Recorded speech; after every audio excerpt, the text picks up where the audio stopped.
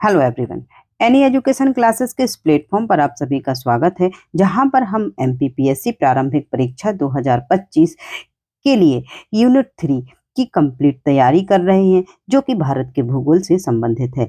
इसकी हम पहले 3 क्लासेस कर चुके हैं। यदि आपने उनको ना देखा हो तो आप उन्हें देख लीजिए। आज के वीडियो में हम भारत के पर्वत, पठार और पहाड़ियों की चर्चा करेंगे। जो हमारा सिलेबस है प्रारंभिक परीक्षा का प्रथम प्रश्न पत्र, जिसमें कि भारत का भूगोल यूनिट 3 में दिया गया है, उसकी शुरुआत ही भारत के पर्वत से है। तो आज से हम भारत के पर्वत पर चर्चा करना शुरू करेंगे और जानेंगे कि भारत में कौन कौन से पर्वत और पर्वत कौन से एरिया में, कौन से क्षेत्र में स्थित हैं। तो इससे पहले कि आपने चैनल को सब्सक्राइब ना किया हो तो आप चैनल को सब्सक्राइब कर लें, ताकि आने वाले वीडियो का नोटिफिकेशन आपको मिल सके। तो चलिए हम स्टार्ट करते हैं आज की क्लास। ये हमारी 4th नंबर की क्लास है। तो देखिए, जो भारत की पर्वत श्रृंखला है, ये हमें पढ़ने के लिए आपको सबसे पहले, जब आप भूगोल को पढ़ना स्टार्ट करते हैं, तो एटलस अपने सामने ही रखना है, क्योंकि एटलस के बिना भूगोल का अध्ययन हम नहीं कर पाते हैं। जब हम चीज़ों को एटलस में देखते हैं, उनकी स्थिति को, तो हमें चीज़ें बेहतर से बेहतर समझ में आती हैं। देखिए, सबसे पहले यदि हम भारत के भौगोलिक विभाजन की बात करें, तो हमारा देश भारत विविधताओं का देश है। जैसे कि संस्कृति में भारत में बहुत सारी विविधताएं पाई जाती हैं, वैसे ही भारत में भू आकृति की दृष्टि से भी काफ़ी विविधताएं पाई जाती हैं। ये जो भारत में विविधताएं हैं, ये हमें देखिए, पर्वत, पठार, पहाड़ियाँ, मैदान, ये सभी स्थितियाँ हमें हमारे देश भारत में देखने को मिलती हैं। यदि हम भारत के संपूर्ण क्षेत्रफल की बात करें, तो संपूर्ण क्षेत्रफल का लगभग 11% जो भाग है, हमारे देश में 11% भाग पर्वतों का है।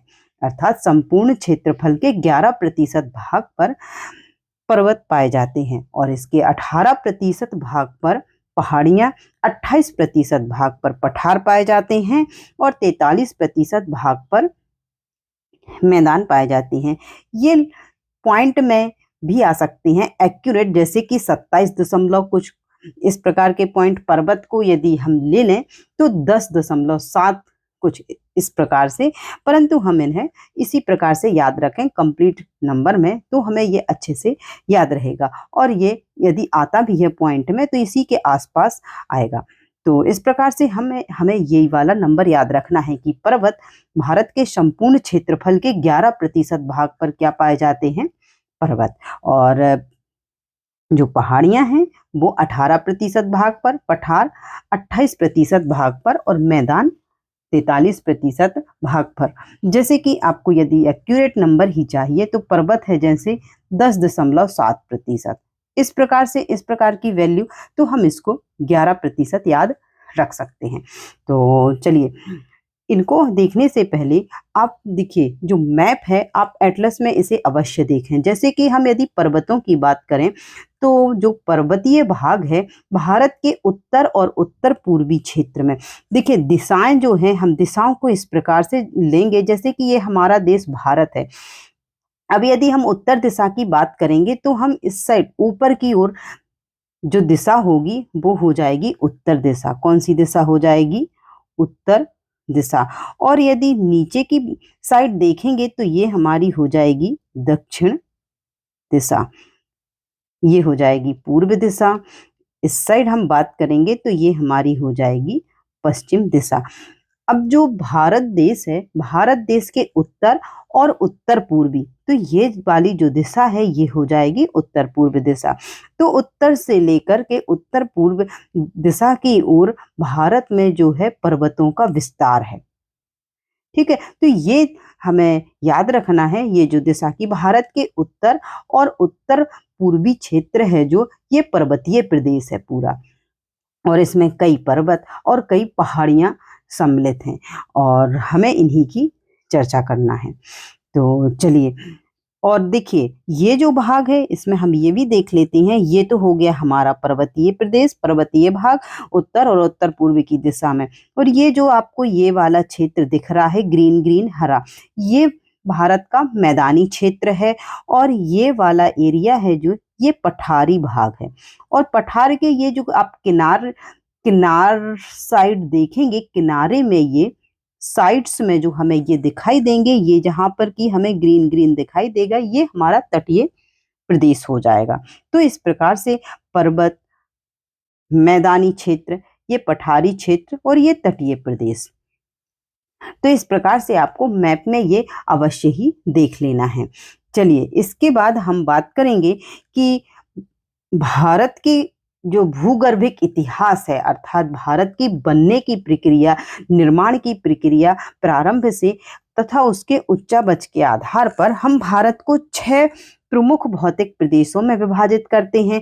जैसे कि अभी हमने मोटे तौर पर मुख्य रूप से 4 भाग देखे, लेकिन यदि हम इनको इतिहास की इनकी निर्माण की प्रक्रिया के आधार पर देखें तो हम इनको मुख्य रूप से 6 प्रदेशों में विभाजित करते हैं और इनका हमें अलग अलग अध्ययन करना है। सबसे पहले उत्तर का पर्वतीय प्रदेश, जो कि हमने अभी मैप में देखा। उत्तर का विशाल मैदान, ये भी हमने स्थिति देखी कि विशाल मैदान किस क्षेत्र में पाया जाता है। प्रायद्वीपीय पठार, थार का मरुस्थल, द्वीपीय समूह, तटवर्ती मैदान।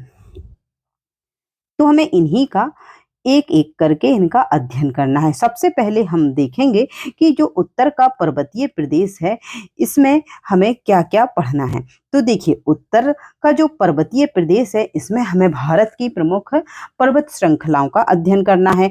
तो उत्तर का जो पर्वतीय प्रदेश है, जो कि हमने अभी देखा था इसकी स्थिति कि भारत में उत्तर से लेके उत्तर पूर्व तक पर्वत श्रृंखलाओं वाला क्षेत्र है। तो स्थिति एवं विशेषताओं के आधार पर इन्हें 3 उपभागों में वर्गीकृत किया जाता है। किसे? इस जो पर्वतीय प्रदेश है, जो उत्तर और उत्तर पूर्व दिशा में हमारे जो पर्वत फैले हुए हैं, अब हमने अभी देखा, यदि हम भारत की स्थिति को देखें कि इसकी जो उत्तर से लेके उत्तर पूर्व तक ये जो पर्वतीय श्रृंखलाएं फैली हुई हैं, इनको भी हम कितने 3 भागों में विभाजित करते हैं। सबसे पहला ट्रांस हिमालय, दूसरे नंबर पर हिमालय और नंबर 3 पूर्वांचल पहाड़ियां। तो आज हम ट्रांस हिमालय का अध्ययन करेंगे, क्योंकि यदि हम सभी का आज ही की क्लास में अध्ययन करेंगे तो वीडियो बहुत ही ज़्यादा लंबा हो जाएगा। तो आज की इस क्लास में हम ट्रांस हिमालय को कंप्लीट देखेंगे। बाकी हिमालय को हम नेक्स्ट वीडियो में, नेक्स्ट क्लास में इसको देखेंगे, क्योंकि इसका हमें विस्तृत अध्ययन इसका भी करना है। इसलिए आज के इस क्लास में हम ट्रांस हिमालय की स्थिति देखेंगे और इसमें कौन कौन सी चोटियां, कौन कौन सी श्रृंखलाएं पाई जाती हैं, ये हम आज की इस क्लास में देखने वाले हैं। तो इसमें हमें याद रखना है कि उत्तर का पर्वतीय प्रदेश है जो, इसे हम मुख्य रूप से कितने 3 उपभागों में, ट्रांस हिमालय, हिमालय और पूर्वांचल की पहाड़ियां, इनमें वर्गीकृत करते हैं। चलिए अब हम देखेंगे ट्रांस हिमालय कि आखिर ट्रांस हिमालय क्या है। तो देखिए, जो हिमालय का पर्वतीय प्रदेश है, जो कि उत्तर से उत्तर पूर्व दिशा की ओर फैला हुआ है। अब इसमें हम देखेंगे कि जो पर्वतीय श्रृंखला है, आप अपने एटलस में भी देख सकते हैं, इसमें ये उत्तर से लेकर के इस प्रकार से फैला हुआ है, ऐसे पूरे उत्तर पूर्व दिशा तक। तो इस प्रकार से ये जो श्रेणियां हैं, यदि हम हिमालय की बात करें तो ट्रांस का मतलब होता है पार। इसी कारण इसे कभी कभी पार हिमालय भी कहा जाता है। क्या कहा जाता है इसे? पार हिमालय, क्योंकि ट्रांस का मतलब ही पार होता है। पार का मतलब पीछे वाला हिस्सा। तो जो हिमालय है, हिमालय की जो मुख्य 3 श्रृंखलाएं हैं, ये हम हिमालय में इनका अध्ययन करेंगे कि बृहद हिमालय, मध्य हिमालय और शिवालिक। ये जो हिमालय की श्रृंखला है, इनके पीछे ट्रांस हिमालय स्थित है। तो इस ट्रांस हिमालय को तिब्बतियन हिमालय भी कहा जाता है, क्योंकि इसका अधिकांश विस्तार इसी क्षेत्र में है। इसी के कारण इसे क्या कहा जाता है? तिब्बतियन हिमालय। और इसके अंतर्गत मुख्य रूप से 4 श्रेणियां आती हैं। वो 4 श्रेणियां कौन कौन सी हैं? काराकोरम, लद्दाख श्रेणी, जास्कर और कैलाश श्रेणी। ये जो पर्वत श्रेणियां हैं, ये ट्रांस हिमालय का हिस्सा है। कभी कभी इसमें जो पीर पंजाल श्रेणी है, इसको भी सम्मिलित किया जाता है, परंतु कुछ भूगोलवेत्ता हैं उसे पीर पंजाल को ट्रांस हिमालय में, कुछ भूगोलवेत्ता सम्मिलित करते हैं और कुछ इसे सम्मिलित नहीं करते हैं। तो जैसा प्रश्न आए हमें उस हिसाब से अपना उत्तर देखना है। तो ट्रांस हिमालय में मुख्य रूप से ये जो 4 श्रेणियां हैं, काराकोरम, लद्दाख, जास्कर और कैलाश श्रेणी। कैलाश श्रेणी है जो ये भारत में नहीं है, लेकिन ट्रांस हिमालय का ये हिस्सा है, इसलिए हमें ट्रांस हिमालय में ये 4 श्रेणियां अवश्य याद रखनी है, काराकोरम, लद्दाख, जास्कर और कैलाश श्रेणी। और यदि हम इनके निर्माण की स्थिति देखें तो निर्माण की दृष्टि से जो ये ट्रांस हिमालय है, इसका निर्माण हिमालय से पहले ही हो चुका था। हिमालय से पहले अर्थात जब हिमालय का निर्माण हुआ तब ट्रांस हिमालय का निर्माण हो चुका था, इसलिए ट्रांस हिमालय, यदि कभी क्वेश्चन आता है कि हिमालय के सभी भाग दे दिए जाएं कि ट्रांस हिमालय, बृहद हिमालय, मध्य हिमालय और शिवालिक में सबसे प्राचीन कौन है, तो सबसे प्राचीन होगा ट्रांस हिमालय, क्योंकि इसका निर्माण पहले हो चुका था। और ये जो चारों श्रेणियां हैं मुख्य रूप से जम्मू कश्मीर, लद्दाख और हिमाचल प्रदेश में ही इनकी स्थिति है, और इन पूरी श्रेणियों पर वनस्पति का अभाव है। तो देखिए ये जो श्रृंखलाएं हैं, काराकोरम, लद्दाख, जास्कर और कैलाश, ये ऊंचाई पर स्थित हैं और इन पर क्या है कि बर्फ जमी रहती है, ये ग्लेशियर यहाँ पर रहते हैं, तो जिस कारण से सारी चोटियां बर्फ से ढकी होती हैं, और बर्फ से ढके होने के कारण यहाँ पर बर्फ और जंतुओं का अभाव पाया जाता है। चलिए अब सबसे पहले हम देखेंगे काराकोरम श्रेणी। काराकोरम श्रेणी अर्थात हम एक बार इसको देखिए, मैप में देख लेते हैं। ये जो मैप है, आप इस प्रकार से इसको यदि देखेंगे तो ट्रांस हिमालय, देखिए इसमें आपको, आप अपने एटलस में देखिएगा, यहाँ पर इसमें बहुत अच्छे से समझ में नहीं आएगा। एटलस में आप अपने पास एटलस अवश्य रखें, लेकिन फिर भी आप देखेंगे तो ये जो श्रेणी है ये काराकोरम श्रेणी है, आपको ये यहाँ पर दिखाई दे रही होगी। ये श्रेणी कौन सी है? काराकोरम श्रेणी। इसी प्रकार से ये देखिए ये कैलाश श्रेणी है।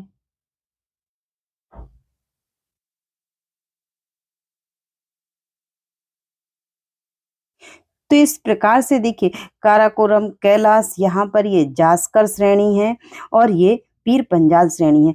तो ये ट्रांस हिमालय की जो ये श्रेणियां हैं इसी प्रकार से ये फैली हुई हैं। तो इस प्रकार से आप इनका क्रम भी याद रखेंगे कि सबसे पहले कौन सी श्रेणी है, तो ये हो गई काराकोरम, ये हो गई लद्दाख और जास्कर। तो इस प्रकार से आपको इन श्रेणियों के नाम और इनकी उत्तर से दक्षिण इनकी दिशा भी याद रखनी है, क्योंकि कभी कभी इसी प्रकार से भी क्वेश्चन पूछ लिए जाते हैं। तो आप इनको एटलस में एक बार अवश्य देख लें। तो इस प्रकार से ट्रांस हिमालय की हमने ये चारों श्रेणियां देखी, काराकोरम, लद्दाख, जास्कर और कैलाश श्रेणी। और इसी के नीचे हाँ पीर पंजाल श्रेणी पाई जाती है। आप जास्कर से नीचे आएंगे तो पीर पंजाल श्रेणी भी आपको देखने को मिलेगी। तो हम सबसे पहले बात करेंगे काराकोरम श्रेणी की। तो जो काराकोरम श्रेणी है यह ट्रांस हिमालय की सबसे उत्तरी पर्वत श्रेणी है। जैसा कि हमने अभी मैप में देखा तो सबसे ऊपर कौन सी श्रेणी हमें दिखाई दी? काराकोरम श्रेणी। तो ये सबसे उत्तरी श्रेणी हो जाएगी। जो पश्चिम में, यदि ये और पश्चिम में इसका विस्तार होता है तो ये पामीर के पठार से मिल जाती है। किससे मिल जाती है? पामीर के पठार। यहाँ पर गलती से पत्थर लिखा हुआ है। ये जाकर के पश्चिम में कहाँ मिल जाती है? पामीर के पठार से, जिसे संसार की छत कहा जाता है पामीर के पठार को। तो ये पश्चिम में इसका विस्तार और आगे तक है और ये पामीर के पठार से जाकर मिल जाती है। और काराकोरम श्रेणी को एशिया, उच्च एशिया की रीढ़ भी कहा जाता है। तो काराकोरम श्रेणी की जो औसत ऊंचाई है वह 6000 मीटर है। काराकोरम श्रेणी की औसत ऊंचाई कितनी है? 6000 मीटर। अर्थात देखिए ये जो काराकोरम श्रेणी है, जितने ये विस्तृत है, इसकी औसत ऊंचाई से मतलब ये है कि इसमें ऐसे कई चोटियां ऐसे विस्तृत हैं, कोई ज्यादा लंबी, कोई कम है किसी की ऊंचाई इस प्रकार से। लेकिन यदि हम औसत ऊंचाई की बात करें तो काराकोरम श्रेणी की जो औसत ऊंचाई है वह 6000 मीटर है। और इस श्रेणी का सबसे ऊंचा शिखर केटू है, जिसे कि गॉडविन ऑस्टिन भी कहा जाता है। देखिए केटू का मतलब, जैसे कि ये काराकोरम श्रेणी है ये इस प्रकार से फैली हुई है, इसमें ऐसी जो ये श्रेणियां हैं, इसकी जो दूसरे नंबर की जो श्रेणी है, जो चोटी है, जिसे कि हम के अर्थात काराकोरम 2 सेकंड नंबर की जो ये चोटी है, ये सबसे श्रेणी है, ये क्या है, सबसे ऊंची है, ये सर्वोच्च शिखर है काराकोरम श्रेणी का, K2 दूसरे नंबर का।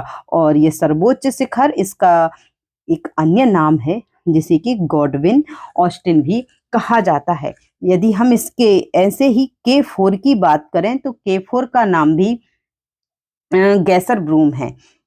यदि K4, के का मतलब इसमें काराकोरम है, ऐसे इसमें कई शिखर हैं जिनको हम K1, K2, K3 इस प्रकार से नामते हैं, लेकिन जो K2 है उसका नाम क्या है, गॉडविन ऑस्टिन। और ये काराकोरम श्रेणी का सर्वोच्च शिखर है और काराकोरम श्रेणी के साथ ही ये भारत का भी सर्वोच्च शिखर है, परंतु ये स्थित कहाँ पर है, पीओके में, पाक ऑक्यूपाइड कश्मीर में। वर्तमान में यह जो है ये कहाँ पर है, पीओके में। और K2 की जो ऊंचाई है वह 8,611 मीटर है।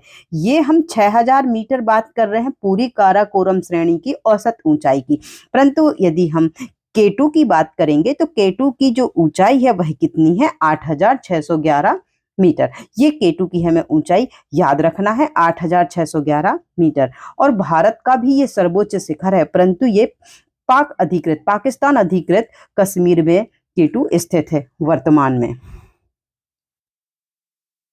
चलिए अब हम काराकोरम श्रेणी की यदि हम बात करें तो पाकिस्तान में इसे काराकोरम श्रेणी को पाकिस्तान में अन्य नाम से जाना जाता है। इसे पाकिस्तान में शाहगोरी या फिर चागोरी, ये जो यहाँ पर ये लिखा हुआ है ये गलत लिख गया है, मिसप्रिंट है।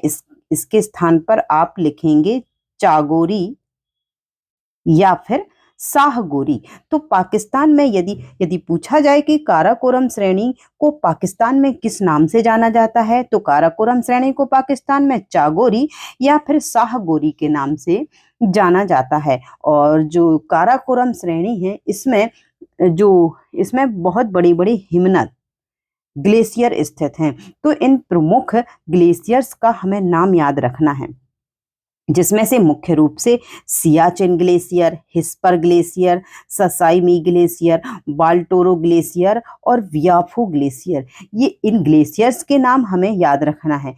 जो सियाचिन ग्लेशियर है यह भारत का सबसे बड़ा ग्लेशियर है, इसी के साथ हमें ये भी याद रखना है। और यदि हम इसकी ऊंचाई की बात करें तो ये लगभग 72 किलोमीटर की ऊंचाई पर स्थित है। कौन, सियाचिन ग्लेशियर। और काराकोरम, हाँ, इसमें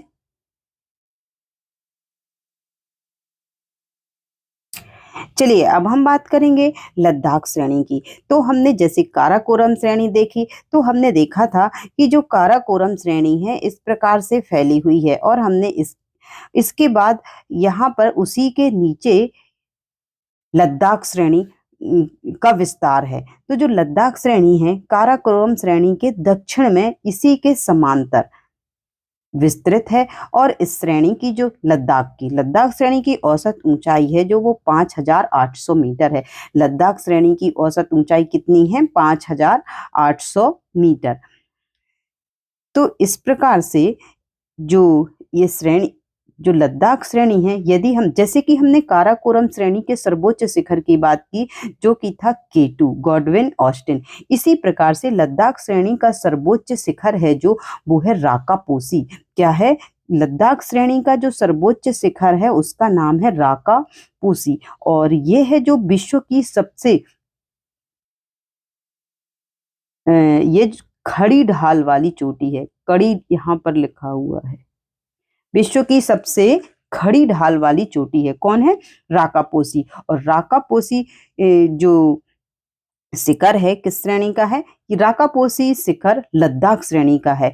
सर्वोच्च शिखर जो लद्दाख श्रेणी है, यदि हम इसके सर्वोच्च शिखर की बात करें तो सर्वोच्च शिखर कौन सा है, राकापोसी। और ये विश्व का सबसे खड़ी ढाल वाली चोटी है राकापोसी। खड़ी ढाल का मतलब है, यदि आप किसी की ढाल देखेंगे, यदि आप ऐसे देखेंगे कि ये ढाल है तो ये मंद ढाल है। कैसी ढाल है ये?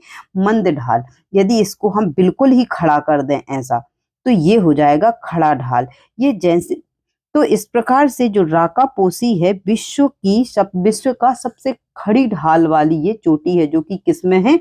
लद्दाख श्रेणी में। तो इस प्रकार से आपको ये याद रखना है। और लद्दाख का पठार भी इसी क्षेत्र में स्थित है, और काराकोरम एवं लद्दाख श्रेणियों के मध्य में श्योक नदी प्रवाहित होती है। कौन सी नदी प्रवाहित होती है? श्योक नदी।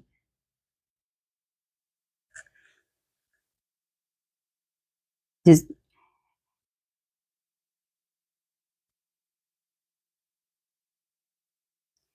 चलिए अब हम बात करेंगे जास्कर श्रेणी की। जो जास्कर श्रेणी है, यह लद्दाख श्रेणी के दक्षिण में और महान हिमालय के उत्तर में स्थित है। जो लद्दाख श्रेणी है, जैसे कि हमने अभी देखा, ये काराकोरम श्रेणी स्थित है, ये लद्दाख श्रेणी, तो इसी के नीचे ही कौन सी श्रेणी? जास्कर श्रेणी स्थित है। तो अर्थात ये लद्दाख श्रेणी के दक्षिण में स्थित है। और इसके, यदि हम इसी के दक्षिण की बात करें तो यहाँ पर हिमालय की शुरुआत हो जाती है। सबसे पहले ये जो हम श्रेणियों की बात कर रहे हैं, ये हम ट्रांस हिमालय की चर्चा कर रहे हैं, और इसी के नीचे हिमालय, अर्थात सबसे पहले जो हिमालय श्रृंखला मिलेगी वो महान हिमालय होगी। तो महान हिमालय के उत्तर में जास्कर श्रेणी स्थित है। तो इस प्रकार से इस श्रेणी की औसत ऊंचाई, किसकी? जास्कर श्रेणी की जो औसत ऊंचाई है वो 500 से 5500 मीटर तक की है। और लद्दाख एवं जास्कर श्रेणियों के मध्य से होकर सिंधु नदी बहती है। देखिए, लद्दाख श्रेणी और जास्कर श्रेणी के मध्य ही कौन सी नदी बहती है? सिंधु नदी। जैसे कि ये हमारी, यहाँ पर आप देखेंगे ये हो जाएगी, चलिए एक बार हम फिर से बना लेती हैं। ये हमारी काराकोरम श्रेणी है, ये हमारी लद्दाख श्रेणी है, ये हो गई हमारी जास्कर श्रेणी। तो अभी हमने देखा था कि काराकोरम और लद्दाख के मध्य में हमने देखा था यहाँ पर कौन सी नदी प्रवाहित हो रही थी? श्योक नदी। कौन सी नदी? श्योक नदी। तो काराकोरम और लद्दाख के मध्य तो श्योक नदी प्रवाहित होती है, परंतु यदि हम लद्दाख और जास्कर श्रेणी के मध्य की बात करें तो इस श्रेणियों के मध्य से होती है सिंधु नदी प्रवाहित। कौन सी नदी? सिंधु। कभी कभी ये क्वेश्चन भी हमसे पूछे जाते हैं कि किन किन श्रेणियों के मध्य, जैसे पूछा जाए कि काराकोरम और लद्दाख श्रेणी के मध्य कौन सी नदी प्रवाहित होती है, तो काराकोरम और लद्दाख के मध्य में श्योक नदी प्रवाहित होती है, और लद्दाख और जास्कर के मध्य में ये सिंधु नदी प्रवाहित होती है। या फिर पूछा जाएगा कि श्योक नदी और सिंधु नदी के मध्य में कौन सी श्रेणी जल विभाजक का कार्य करती है। चूंकि ये श्योक नदी है और ये सिंधु नदी है, तो इनके बीच में कौन सी श्रेणी है? लद्दाख श्रेणी। तो लद्दाख श्रेणी श्योक और सिंधु नदी के मध्य में जल विभाजक का कार्य करती है। इस प्रकार से क्वेश्चन जैसा पूछा जाएगा, हमें उस प्रकार से आंसर देना है। बस आपको ये एक बार बना करके जरूर देख लेना है। आप काराकोरम श्रेणी बनाइए, लद्दाख श्रेणी बनाइए, जास्कर श्रेणी बनाइए, और इनके बीच में एक एक बार ऐसे नदी का निशान बना करके, प्रवाहित करके इनका नाम लिख लीजिए, तो आपको ये याद रहेगा, भूलेंगे नहीं। चलिए अब हम बात करेंगे कैलाश श्रेणी की। तो जास्कर श्रेणी के दक्षिण पूर्व में कैलाश श्रेणी स्थित है। जैसे कि हमने देखा था अभी मैप में कि ये जास्कर श्रेणी है, इसके कैलाश श्रेणी दक्षिण, इसके जो कैलाश श्रेणी है इसके दक्षिण पूर्व में स्थित है, और इसका जो अधिकांश भाग है तिब्बत में स्थित है, और शेष भाग भारत के लद्दाख में, लद्दाख केंद्र शासित प्रदेश में है। तो अधिकांश भाग अर्थात 70% भाग इसका तिब्बत में स्थित है। किसका? कैलाश श्रेणी का। और यदि हम इसकी कैलाश श्रेणी की सबसे ऊंची श्रेणी की बात करें तो माउंट कैलाश, इसकी जो सबसे ऊंची चोटी है, सबसे ऊंचा पर्वत शिखर है कैलाश श्रेणी का, वो है माउंट कैलाश।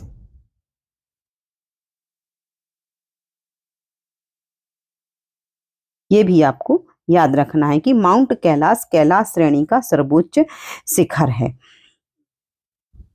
तो चलिए, इस प्रकार से आज की क्लास में हमने देखा कि ट्रांस हिमालय के कितने भाग हैं।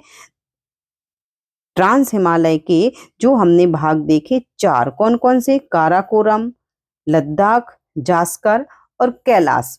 जो पीर पंजाल श्रेणी है उसको भी कभी-कभी इसमें सम्मिलित किया जाता है। इसको हम आगे की क्लास में अध्ययन करेंगे जब हम हिमालय का अध्ययन करेंगे, बृहद हिमालय। तो इस प्रकार से आपको ये सारी चीज़ें एटलस में, मैप में या फिर रफली ड्रॉ करके देखना है। यदि आप रफली भी ड्रॉ करके देखेंगे तो एक माइंड मैप बन जाता है और चीज़ें हमें याद रहती हैं। तो आज की क्लास में हमने जो ट्रांस हिमालय है उसको देखा, उसकी श्रेणियाँ देखी और उसके सर्वोच्च शिखर भी देखे। यदि अब आपको वीडियो पसंद आया हो तो वीडियो को लाइक करें, चैनल को सब्सक्राइब कर लें ताकि आने वाले वीडियो का नोटिफिकेशन आपको मिल सके। अब मिलेंगे हम अपने अगले वीडियो में। तब तक के लिए खुश रहिए, मस्त रहिए, एनी एजुकेशन क्लासेस के साथ जुड़े रहिए। जय हिंद, जय भारत।